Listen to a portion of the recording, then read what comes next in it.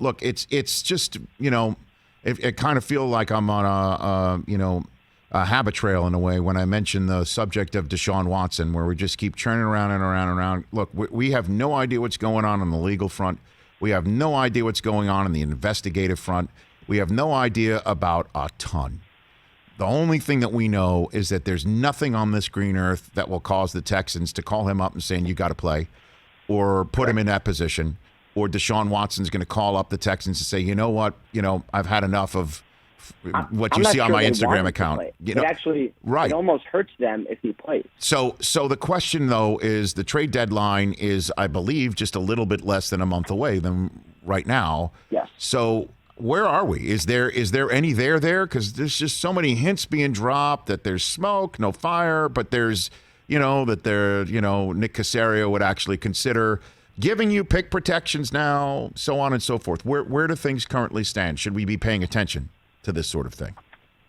I mean, you should always pay attention, because if it happens, it could happen very quickly.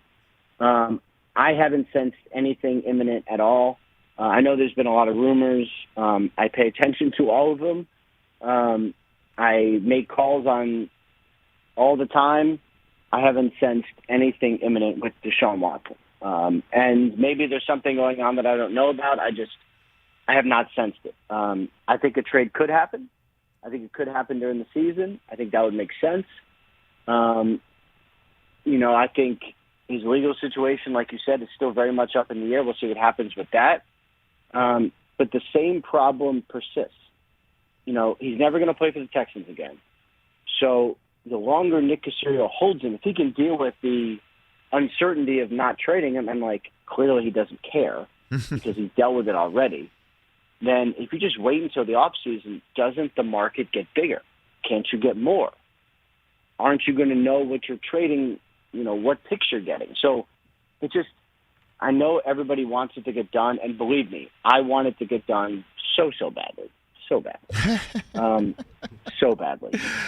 No, it's not that I want it to get done. I'm just knowing that there's so many teams whose fortunes would change instantly, and that there are teams that, by waiting, just even by waiting, right? Like, for instance, and I know this would be completely out of character for the Steelers to do, but the urgency for Pittsburgh right now, and the thought that they could even twitch in a direction like this right now would be different than, say, next March, wouldn't it? Wouldn't you think?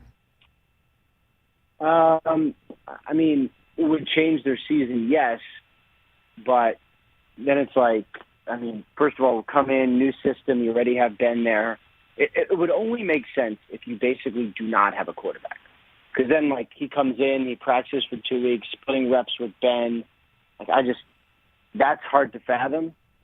I don't know. That's why I said it's out. That's why I said it would make sense for. That's why I said it's out of character. I mean, look, and then he'd want to have to go there. That's the only reason why I bring it up, is that just, it would totally change the concept of what a season would look like for whichever team acquires him on the spot. Right.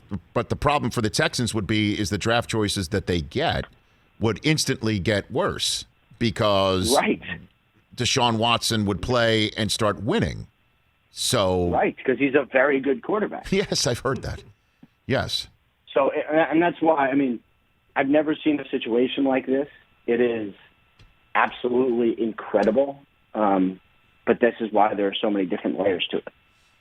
I guess that's the perfect way to end it, because that's the conversation starter we had with Urban Meyer. Never seen anything like it. There's nothing to describe it, and it's crazy, Ian. It really is. Right.